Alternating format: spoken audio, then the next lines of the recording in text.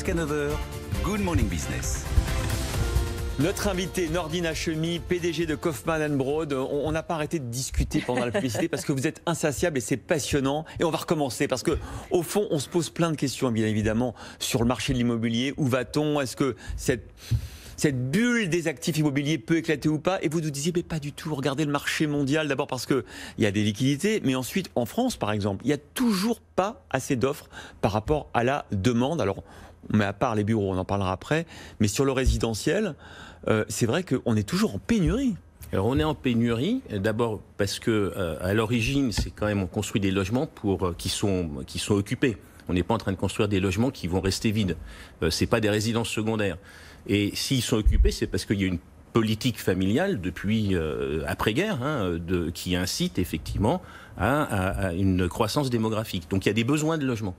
On le voit parce qu'on n'a aucun problème pour les vendre. Alors la nature des acquéreurs va changer, c'est moins des particuliers, plus des institutionnels qui ont redécouvert la qualité de ces actifs pendant la crise, puisque c'est les actifs qui ont le mieux résisté à toute la crise qu'on vient de traverser. C'est vrai, on le disait, encore une fois hors micro, mais on va tout dire aux téléspectateurs. Par exemple, les actifs qui étaient considérés les plus sûrs, c'était les aéroports, les autoroutes. Mais tout ça a beaucoup baissé, contrairement au résidentiel. Tout à fait. Les infrastructures classiquement étaient considérées comme les classes d'actifs les plus sûres, donc avec des rendements attendus plus faibles.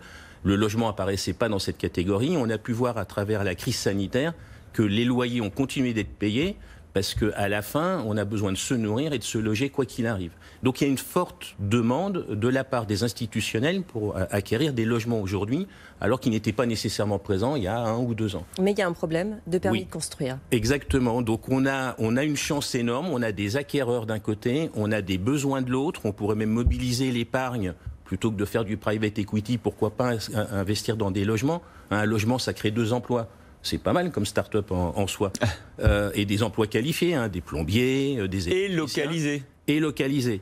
Donc on a l'argent, on a la demande, on a les besoins, mais le paradoxe, c'est qu'on n'a pas de permis de construire. Alors, on nous a dit pendant des mois, c'est les élections municipales, tout est bloqué, on verra après. Est-ce que ça redémarre ou est-ce que, avec la nouvelle couleur politique de certains maires, c'est freiné? Alors malheureusement, c'est pas des positions politiques, c'est d'abord une incompréhension sur le logement. On caricature en parlant de bétonnage. Un logement neuf, ça consomme 5 fois moins d'énergie que le parc ancien. Il n'y a pas meilleure énergie renouvelable que l'énergie qu'on consomme pas. Donc dire, je vais plutôt faire par exemple de l'étalement urbain en mettant des panneaux solaires alors qu'on pourrait construire des logements qui consomment moins d'énergie, qu'ont un avantage en plus, c'est qu'on peut y dormir, alors que dormir sous un panneau solaire, c'est pas nécessairement ce qu'il y a de plus agréable.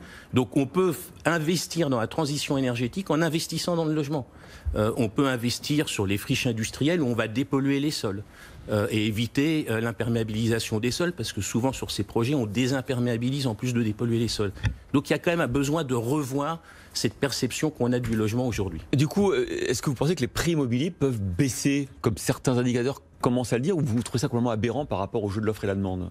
Le pire de tout ça, c'est que les prix ont monté sur cette période. Donc on voit bien que ça n'a pas un problème de Dans les dernières semaines et les premiers indicateurs qu'on a, il y a une forme de stabilisation, notamment à Paris, où on ne passe pas la barre des 11 000. Je suis d'accord, mais on aurait eu la baisse des réservations qu'on observe. Si elle avait été générée par une baisse de la demande, eh bien on aurait eu une baisse des prix. Or on voit bien que les prix dans le neuf ont monté 3-4% selon la FPI sur les 6 premiers mois de l'année, et on voit que c'est bien un problème d'offre et pas un problème de demande. Une question sur l'immobilier de bureau, là c'est un peu différent. Est-ce qu'il peut y avoir une crise de l'immobilier de bureau parce qu'il y aura moins besoin de mètres carrés? Il y a certainement, au niveau de développement de nouvelles opérations, ça ne va pas être tout à fait la même dynamique qu'on a pu constater jusqu'à présent. Il y a des interrogations de l'impact effectivement du télétravail, des besoins en nombre de mètres carrés. Mais là, les bureaux qu'on appelle sur les emplacements prime se tiennent encore très bien et on n'est pas encore dans un mode de crise. Vous, très rapidement, votre chiffre d'affaires a baissé de 36%. Vous n'avez pas fait appel à un PGE ou à des aides, pourquoi? Parce qu'on n'a pas de dette, on a toujours été très strict sur la gestion de notre bilan, donc on n'a pas de dette. On est excédentaire, on a plus de 400 millions de trésorerie disponible. et donc on n'a pas besoin de se faire aider.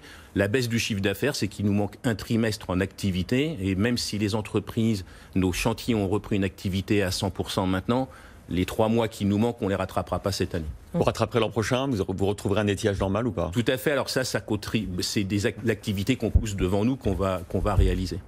Merci beaucoup d'avoir été avec nous, Nordine Hachemi, PDG de Kaufmann & Broad.